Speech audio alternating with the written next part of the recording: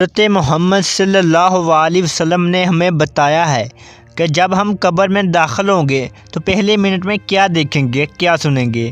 وہ لمحہ انتہائی سنگین ہوگا، جیسا کہ حضرت علی رضی اللہ عنہ نے فرمایا کہ میں نے اللہ کے رسول صلی اللہ علیہ وسلم سے سنا ہے کہ انسان کی سب سے مشکل رات قبر کی پہلی رات ہوتی ہے، جب دوسرے انسان، اس کے دوست، عزیزوں و اقارب اور رشتہ دار اسے دفنا کر چھوڑ کر چلے جاتے ہیں تو وہ انسان روتا رہتا ہے۔ ہر ایک دوست کے پاس آتا ہے اور اسے روکنے کی کوشش کرتا ہے کہ مجھے چھوڑ کر نہ جاؤ، لیکن افسوس اس کی آواز کوئی نہیں سنتا۔ جب وہاں پر وہ اکیلا رہ جاتا ہے تب ہمارا سامنا ان فرشتوں سے ہوتا ہے جو ہمارا اعمال ہوتے ہیں، اور اب وہ کس شکل میں ہمارے سامنے ہوں گے اس بارے میں کچھ نہیں کہا جا سکتا، برے ہوں گے یا اچھے ہوں گے۔ جب وہ اس دنیا میں گزرے ہوئے زندگی کے متعلق سوال کریں گے تو مجھے سوالوں کے جواب ہماری اس زندگی میں موجود ہے جب تک ہم سانس لے رہے ہیں۔ اس دنیا میں ہر جاندار کو ایک دن مرنا ہوتا ہے۔ موت تک ایک انسان اس دنیا میں زندگی گزارتا ہے اور جو کچھ کرتا ہے وہ سب ریکارڈ ہوتا ہے۔ آپ جانتے ہیں کہ موت کے بعد ایک انسان کے ساتھ کیا ہوتا ہے، کہاں جاتا ہے، کیا دیکھتا ہے، کیا سنتا ہے۔ آپ صلی اللہ علیہ وسلم نے فرمایا، ایک قبر جہاں تو جنت کا چمن ہے، جہاں پھر ان کے لیے ایک قبر کا ایک تندور ہے۔ اگر وہ مردہ برحق ہوگا تو جواب دینے والے اسے جواب دیں گے کہ اے قبر، تو دیکھ، یہ ساری زندگی انیک مال کرتا رہا ہے اور نیک عمل کرتا رہا ہے۔ تو قبر جب یہ سنتی ہے تو یہ کہتی ہے کہ بے شک یہ نیک کام کرتا رہا ہے، اب اس کے لیے میں سرسبز ہو جاتی ہوں۔ تب فرشتے انسان کو جنت سے آئی ایک خوشبو لگاتے ہیں۔ اگر وہ خوشبو کی ایک بوند بھی اس دنیا میں بھیج دی جائے تو تا قیامت تمام دنیا اس خوشبو سے مہکتی رہے گی۔ اس مردے کا جسم اس وقت روشن ہو جاتا ہے اور اس کے روح اللہ تعالیٰ کی طرف بھیج دی جاتی ہے، جہاں انسان کے لیے آسمان کے دروازے کھولے جاتے ہیں۔ 7 آسمانوں پر 7 دروازوں سے اس کی روح گزرتی ہے، جہاں ہر دروازے پر موجود نگران ان سے سوال کرتا ہے کہ تم کون ہو۔ سننے کے بعد وہ اس انسان کو اگلے آسمان کی طرف بھیج دیتا ہے، جہاں تک کہ وہ 7ویں آسمان تک پہنچ جاتا ہے،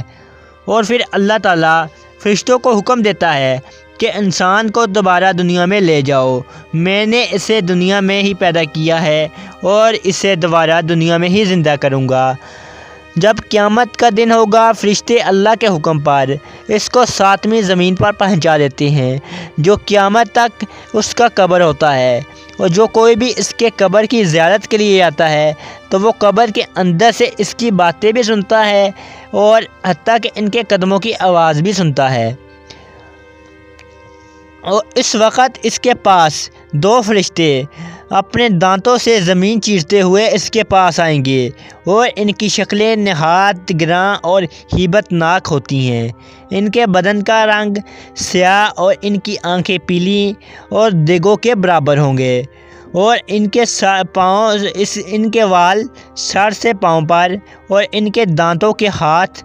کئی گنا زیادہ ہوں گے۔ زمین چیرتے ہوئے آئیں گے۔ ان میں سے ایک کو منکر کہا جاتا ہے اور دوسرے کو نکیر کہتے ہیں، اور نہایت سختی کے ساتھ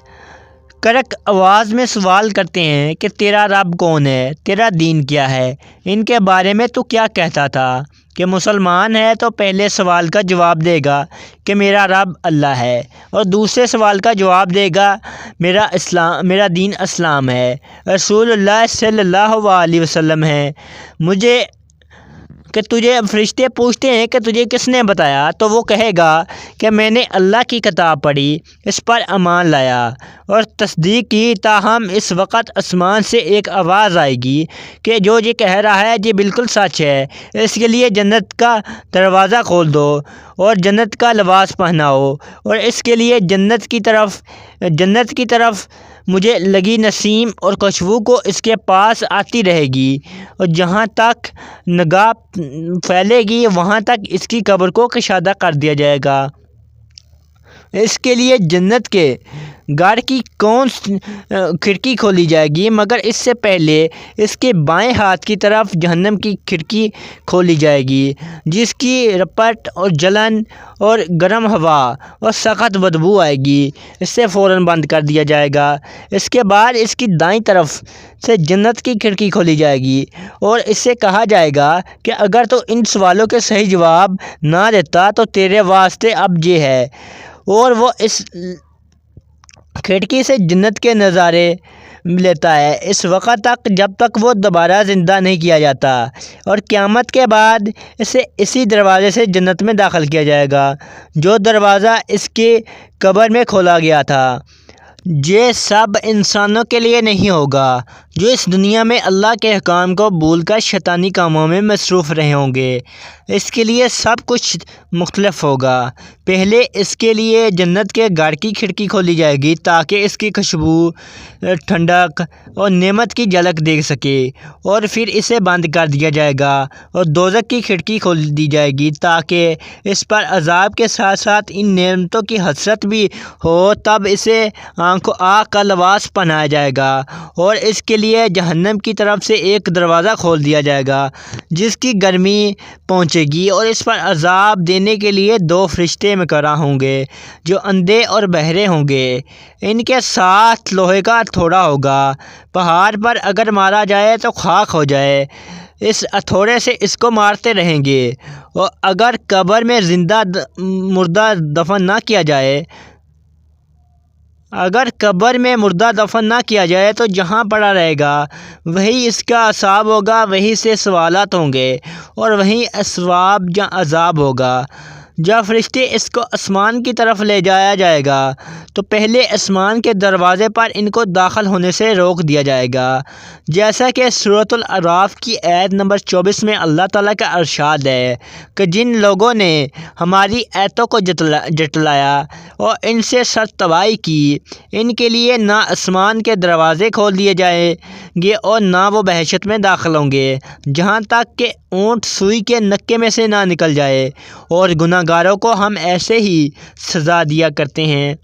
حضرت محمد صلی اللہ علیہ وسلم نے فرمایا کہ لوگو اپنی موت کو یاد کیا کرو۔ آج ہم سب اپنی زندگی میں مصروف ہیں، اس بات سے بے خبر کہ ہمارے پیچھے موت ہے، لیکن ہم کس کے پیچھے ہیں؟ یہ سوال ایک بار اپنے آپ سے ضرور کیجیے گا۔ آخر میں ایک بات درود شریف پڑھنا مت بھولیے گا۔ ملتے ہیں ایک اور اچھے سے ٹاپک کے ساتھ، تب تک کے لیے اللہ حافظ۔